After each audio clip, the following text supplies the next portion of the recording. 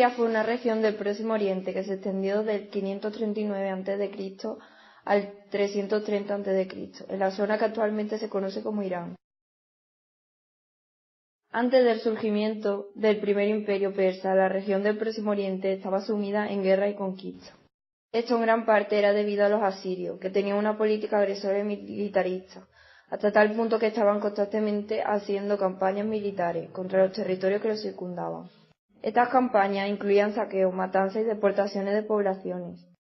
Estas guerras causaban estragos tanto en las poblaciones sometidas como en la propia Siria. Así, esta se empezó a debilitar. Sus enemigos supieron aprovechar esta situación y formaron una coalición para acabar con ella. A la caída de Asiria, las guerras continuaron, aunque no de forma tan violenta y constante como anteriormente. Todo esto nos hace ver que el imperio persa se formó en un contexto tremendamente belicoso, lo cual evidentemente influyó en la manera de ver las cosas que tenían los persas. ¿Cómo crees tú que eran los persas? ¿Crees que eran personas violentas, que eran pacíficos? Yo creo que sí, ¿no? O sea, a ver, eran personas que mucha cultura no tenían. Que sí, violentos. Eran violentos. Bueno, serán violentos probablemente porque eran un imperio que en el fondo lo que quería era conquistar tierra, pero tampoco creo que fueran mucho más violentos que los espartanos. De hecho, las sociedades espartanas se educaban para la guerra y sin embargo los persas eran relativamente civilizados. Supongo que sería violenta porque en aquella época la democracia no estaba muy desarrollada. A ver, que yo por la época, pues supongo que serían...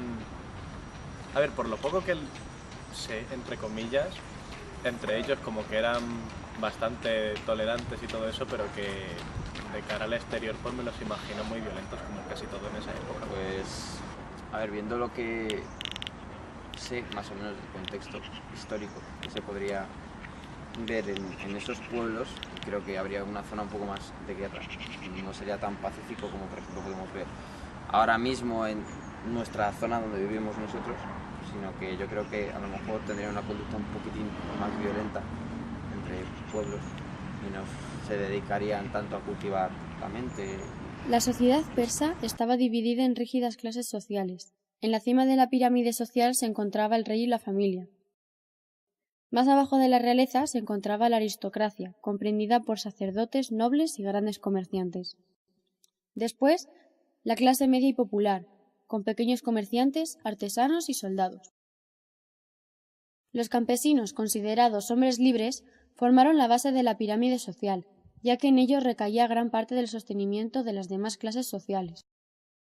Estos vivían miserablemente, eran explotados y eran obligados a entregar casi todo lo que producían en las tierras. Eran también obligados a prestar servicios en la construcción de palacios y obras públicas como canales o carreteras. Por último, los esclavos, prisioneros de las conquistas militares, formaron un grupo numeroso que ejecutaban los trabajos más pesados en la construcción de palacios y en las obras públicas. Tierra y agua. ¿Insinúas que vienes desde Persia a por tierra y agua? No nos vengas con rodeos absurdos, persa. No son útiles en Esparta. ¿Por qué esta mujer interviene en una conversación de hombres? Porque solo las espartanas traemos al mundo a hombres de verdad. Demos un paseo y calmemos nuestro ánimo. Si valoras la vida y no deseas que tu pueblo sea aniquilado, escucha atentamente, Leónidas. Jerjes conquista y domina todo aquello en lo que detiene la vista. Dirige un ejército tan numeroso que a su paso tiembla la tierra, tan colosal que al beber sus soldados secan ríos enteros. Todo cuanto el gran rey Jerjes solicita es esto, una simple ofrenda de tierra y agua. ¿Qué crees tú que significa la expresión tierra y agua? Pues, si no recuerdo mal, era el tributo que pedían los emisarios de Jerjes a los pueblos que iban a conquistar. Entonces era pues algo como simbólico, como de que les pertenecía la tierra y el agua de los pueblos conquistados. Supongo que sería como una ofrenda, ¿sabes? Algo así para demostrar que estaban al servicio de Persia. No tengo ni idea. La expresión tierra y agua es una expresión persa que significaba dar tributo y ofrecer sumisión al reino. Esta expresión ha significado otras cosas en otras culturas, como en la religión católica significa el mundo entero. ¿De qué cultura crees que es esta moneda?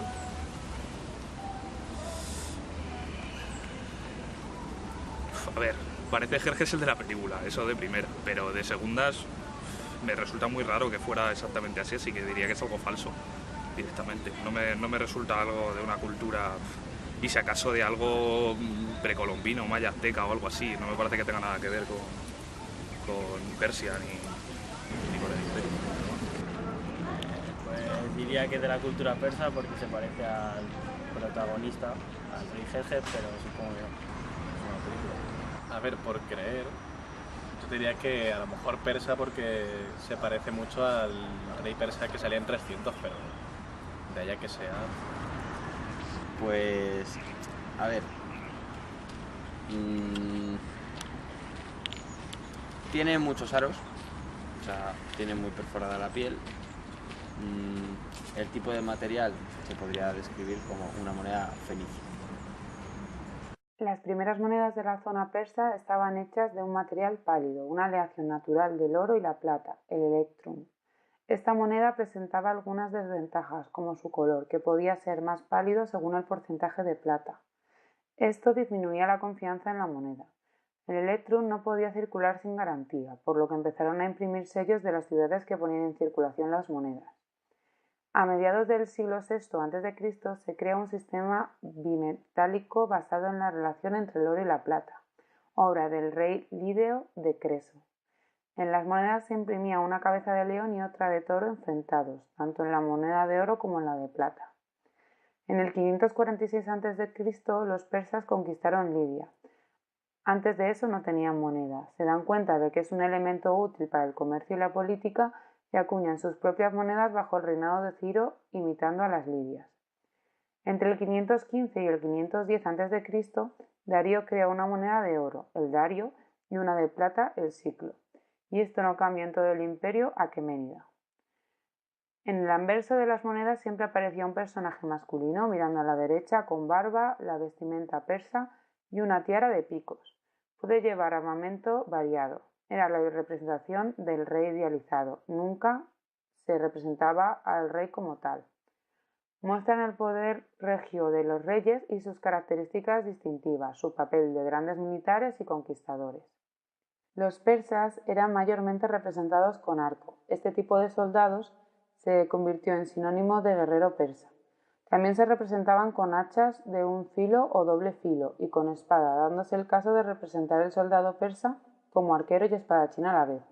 La espada persa era curva y cortante. El soldado de a pie llevaba una daga larga y recta de doble filo de la que hacen referencia Jenofonte y Heródoto. Una lanza corta con astil de madera y contrapeso esférico con cabeza de metal. Un carcaj. ¿Cómo crees que llegaron los persas al paso de las Termópilas? Caminando.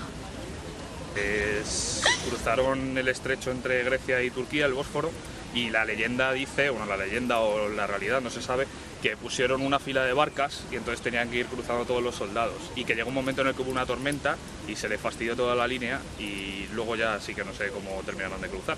Pues en la película parece que llegaron por barco, pero en realidad es mentira, construyeron un puente para cruzar un estrecho y así cruzaron aquí el estrecho. A ver, intuyo que en barco, como muestra la peli, pero meter todas las tropas en los barcos sería un poco difícil. Pues en principio creo que... En la película se observa cómo llegan por el norte de las Termópilas, pero en realidad no se produce ese desembarco. El ejército cruza el Helesponto andando gracias a un puente de balsas allí colocado. ¿Crees que los espartanos empujaron a los persas por el acantilado tal y como se muestra en la película? Sinceramente no lo creo. No lo creo. No lo creo, porque los persas eran muy superiores, entonces hubiera sido muy difícil.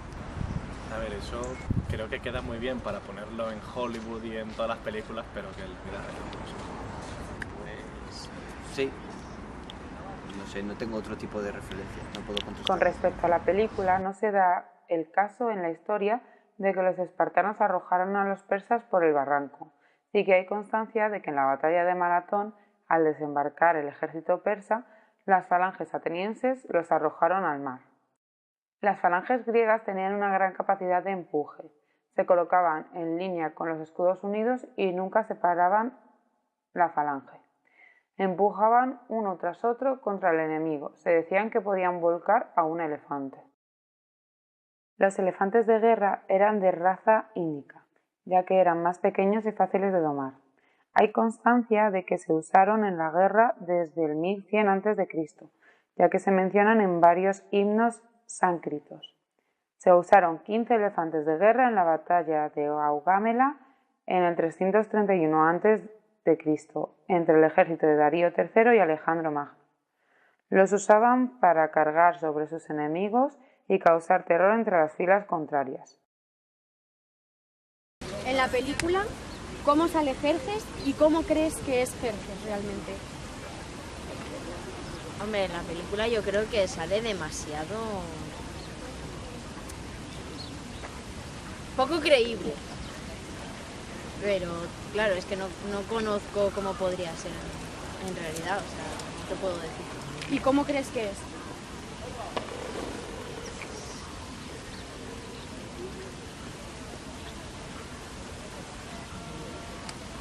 Una persona normal y corriente a la cual se le da dotes de Dios. Se le muestra muy alto, cosa que es muy rara para la edad porque debido a la alimentación no tenía la estatura que tenemos hoy en día. Se supone que se llama bajito, con el cabello negro, rizado, los típicos rasgos de una persona rara. A ver, Jerjes era súper débil a primera vista porque vale que era alto y todo, pero no se le veía como un rey así que la gente fuera a temer ni nada. Y en la vida real pues yo me lo imagino como alguien que impusiese mucho. Pues en la película se le potencia, ¿no?, como una figura un poco más divina, tirando hacia superior al resto de personas, al resto de guerreros. Y a ver, considero que no sería una persona divina, es decir, se le potenciaría la gente que escribiese esos escritos, supongo que debido a la cultura que habría se potenciaría más pues su figura, ¿no? A lo mejor no digo que sea tampoco una persona que sea súper vaga, me refiero en cuanto a físico, sino que sería una persona yo creo que normal, lo que pasa es que se potenció a la hora de... En la película de 300 se muestra a un Jerjes prácticamente desnudo, solo lleva una especie de taparrabos. Tiene muchos piercings en la cara y muchos adornos por todo el cuerpo. Algunos de estos son simples cadenas que cruzan tanto su torso como sus piernas y su cabeza. Otros son brazaletes, pulseras y un gran collar.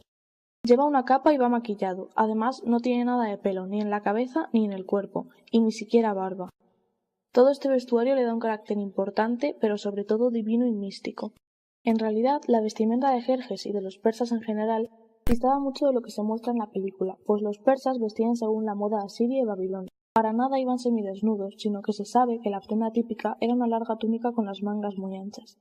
Esta prenda recibía el nombre de cambis, y solo la podían usar las clases altas, y, dentro de estos, al rey se le diferenciaba por llevarla de color púrpura, pues se consideraba que era el único que tenía la liquidez suficiente como para poder pagar esa pigmentación. Encima de dicha túnica llevaban una saya abierta y amarrada con un cinturón a la altura de la cintura. En cuanto al físico, sí que tenían pelo, tanto en la cabeza como en el cuerpo, y por supuesto llevaban la barba, que de hecho solía ser bastante espesa tal y como se muestra en las representaciones artísticas. Tenían el aspecto de cualquier hombre actual que viva en Próximo Oriente. ¿Quiénes crees que eran los inmortales? Pues yo creo que eran los que defendían al rey, ¿no? Los grandotes, la caballería pesada. El ejército del Imperio Persa que estaba formado por 10.000 hombres, los cuales se llamaban inmortales porque cada vez que uno moría se le reemplazaba. Por lo tanto siempre eran de mí. A ver, yo me lo imagino como un ejército súper tocho y fuerte, pero... Pues no lo sé, a ver, supongo que deberían de ser o príncipes, o sea, hijos de reyes que se dedicaban a la guerra, o simplemente guerreros que tenían muy buenos resultados en combate. Los inmortales eran una división especial del ejército persa. Estaban formada por 10.000 hombres y se encargaban de la protección del rey. Las unidades militares de 10.000 hombres recibían el nombre de Baybaram, por lo que los inmortales eran una Baybaram de élite. También se les llamaba meloforos, que viene del griego, de hoi meloforoi, que significaba portadores de manzanas. Este sobrenombre les vino dado por la forma que tenían las bases de sus lanzas, que era de manzana. Sin embargo, se sabe que ellos no se llamaban a sí mismos de ninguna de estas formas. La Baibaram de los Inmortales estaba formada por los mejores soldados y solo podían ser persas o medos. Debían medir como mínimo 1,60, que era una altura ya considerable para aquella época, por lo que aquí tenemos otro indicio de que eran los mejores soldados existentes.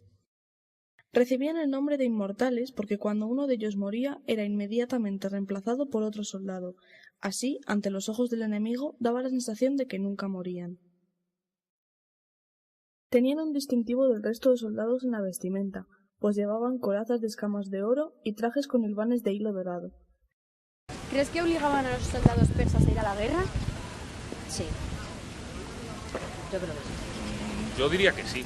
Por cómo era el imperio y tal, y había esclavos y demás, pues supongo que sí que les obligarían, pero no lo sé seguro. No creo, porque de cara a mantener un ejército fuerte o poder ganar muchas batallas, lo suyo sería que al ejército fuera quien quisiera y quien quisiera defender todo y no alguien obligado, porque entonces no iban a ganar. Pues a ver, pasándome en la película, viendo la cantidad de soldados que se tenía, o tenían un imperio muchísimo más grande que el de Esparta, o si era obligatorio, porque había muchísima... El servicio militar era obligatorio para todos. Cada ciudadano tenía que pagarse sus propias vestimentas y sus propias armas durante esos 4 años.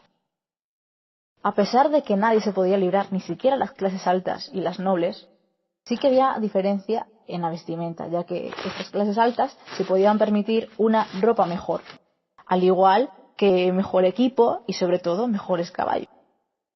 Los reclutas de la nobleza solían alistarse en los cuerpos de caballería, o si no, servían de sargentos a los cuerpos de infantería.